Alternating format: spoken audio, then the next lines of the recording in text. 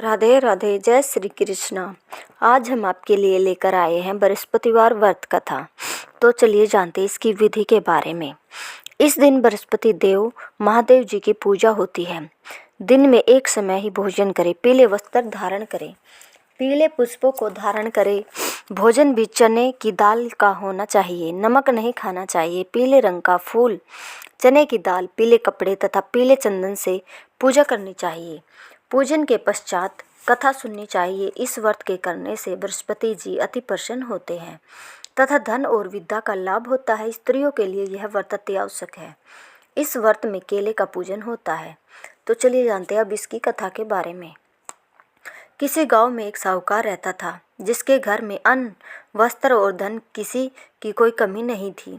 परंतु उसकी स्त्री बहुत ही कृपण थी, किसी भिक्षार्थी को कुछ नहीं देती, सारे दिन घर के कामकाज में लगी रहती। एक समय एक साधु महात्मा बृहस्पतिवार के दिन उसके द्वार पर आए और भिक्षा की याचना की। स्त्री उस समय घर के आंगन को लीप रही थी। इस कारण साधु महाराज से कहने लगे कि हे महाराज, इस समय तो मैं घर लीप रही हूँ, आपको कुछ नहीं दे सकती, फिर किसी अवकाश के समय आना। साधु महात्मा खाली हाथ चले गए। कुछ दिन के पश्चात वही साधु महाराज आए।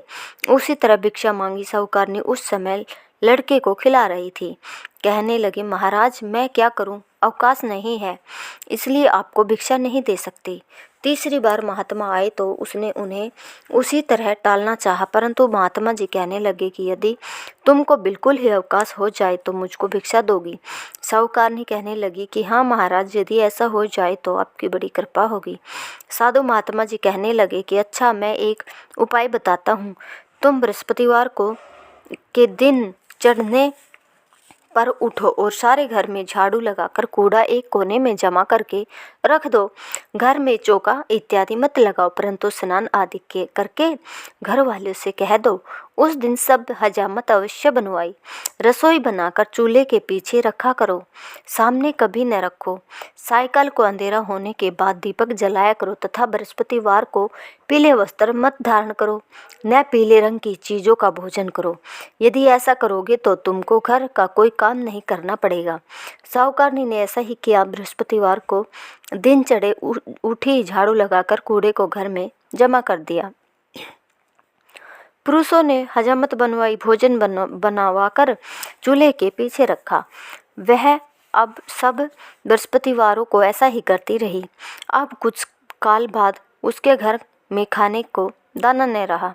थोड़े दिनों में महात्मा फिर आए और भिक्षा मांगी, परंतु सेठानी ने कहा, महाराज मेरे घर में खाने को अन्न नहीं है, आपको क्या दे सकती हूँ। तब महात्मा ने कहा कि जब तुम्हारे घर में सब कुछ था तब भी तुम कुछ नहीं देती थी, अब पूरा अवकाश है तब भी तुम कुछ नहीं दे रही हो, तुम क्या चाहती हो वह कहो। तब सेठानी ने हाथ जोड़कर प्रार्थना की, महाराज अब कोई ऐसा उपाय बताओ कि मेरे पहले जैसा धन धान्य हो जाए। अब मैं प्रतिज्ञा करती हूँ कि अवश्य मैं जैसा आप कहेंगे वैसा ही करूँगी। तब महात्मा जी ने कहा, बृहस्पतिवार को प्रातःकाल उठकर स्नान आदि से निवृत्त हो, घर को गोबर से लीपो तथा घर के पुरुष हजामत न बनवाए, भूखों को अन्न जल देती रहा करो।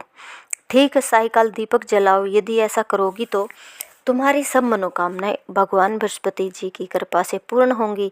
सेठानी ने ऐसा ही किया और उसके घर में धन धान्य वैसा ही हो गया जैसा कि पहले था। इस प्रकार भगवान बृहस्पति जी की कृपा से अनेक प्रकार के सुख भोग कर दीर्घ काल तक जीवित रही। अगर आपको हमारी यह कथा पसंद आई हो तो प्लीज़ लाइक, शेयर, सब्सक्राइब जरूर करें। धन्यवाद।